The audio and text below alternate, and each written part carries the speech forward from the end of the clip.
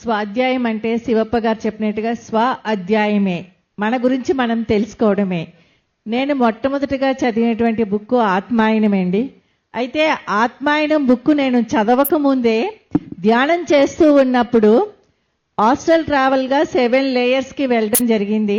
అక్కడ నన్ను గైడ్ చేసినటువంటి మాస్టర్ ఎవరంటే మన పత్రి సార్.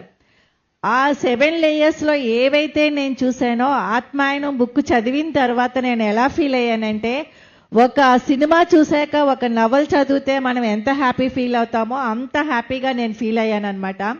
తరువాత ఏవైనా బుక్స్ చదువుతూ ఉంటే వెంటనే నిద్ర వచ్చేస్తూ ఉండేది. తర్వాత మళ్ళీ ఆ బుక్ తీద్దాము అని చెప్పేసి అని చూస్తే ఆ వెంటనే అవన్నీ కూడా చదివేసినట్టుగా అనిపిస్తూ ఉండేదన్నమాట.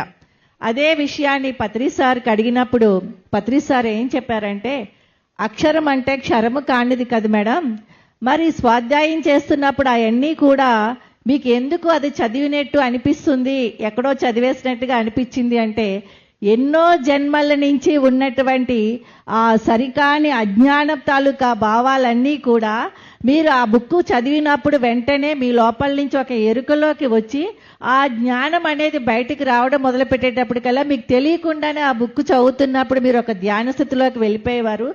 అదే నిద్ర అని చెప్పేసి అని మీరు అనుకుంటున్నారు, అది ధ్యాన నిద్ర. తర్వాత చూసుకుంటే మీకు ఆ బుక్ అంతా చదివేసినట్టుగా అనిపించింది అని అంటే అది మీ లోపల ఉన్నటువంటి జ్ఞానము, గత జన్మల తాలూకా జ్ఞానం ఏదైతే ఉందో అది మళ్ళీ మీకు ఎరుకలోకి రావడం జరిగిందని చెప్పడం జరిగిందనమాట. అప్పటి నుంచి కూడా ఏ బుక్కులు చదివినా కూడా అన్ని బుక్కులు ఎక్కడ యజ్ఞాలు జరిగినా ఎక్కడికి వెళ్ళినా కూడా ముందుగా కొనుక్కునేది బుక్స్ అనమాట. ఆ బుక్స్ అన్నీ తీసుకొచ్చి అలా పెడుతూ ఉంటాను. సడన్గా ఏదో ఒక బుక్ నాకు కనిపిస్తూ ఉన్నప్పుడు ఆ రోజు నా దినచర్యలోని నాకు కావలసినటువంటి సమాధానం కూడా ఆ బుక్లోంచి ఆ పేజీ ఓపెన్ చేసినప్పుడు నాకు అనిపిస్తూ ఉండేది. దాన్ని నేను ఆచరించగలిగినప్పుడు ఏమవుతుందంటే తెలియనటువంటి ఒక ఆనందం వచ్చేది. సో స్వ అధ్యాయం అంటే ఏమిటి అన్నది అందరూ చెప్పిన పుస్తకాలు చదవడమే కాకుండా పత్రి సార్ తోటి ఉన్నప్పుడు బుక్స్ కరెక్షన్ కూడా ఇచ్చేవారు. ఇస్తున్నప్పుడు ఒక్కొక్క అక్షరము కూడా సడన్గా ఒక అక్షరం కరెక్షన్ చేయమనేవారు, వెంటనే సార్ తీసేసుకునేవారు. నాకు మొదట్లో అర్థమయ్యేది కాదు. తర్వాత ఏమైనా అర్థమైందంటే ఆ అక్షరం యొక్క కరెక్షన్ కూడా మన లోపల ఉన్నటువంటి గత జన్మల తాలూకా అజ్ఞానాన్ని పోగొట్టుకోవడానికి ఒక్కొక్క ఎనర్జీ రూపంలోని ఆ కరెక్షన్ అనేది ఉపయోగపడుతుంది అని చెప్పేసి అని అనుభవపూర్వకంగా తెలుసుకోవడం జరిగిందనమాట.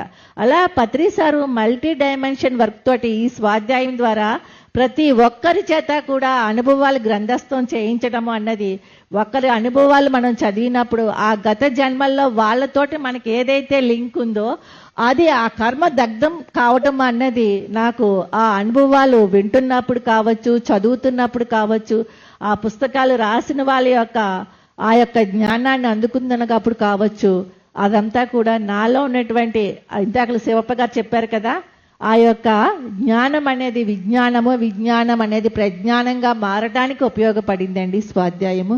Thank you sir.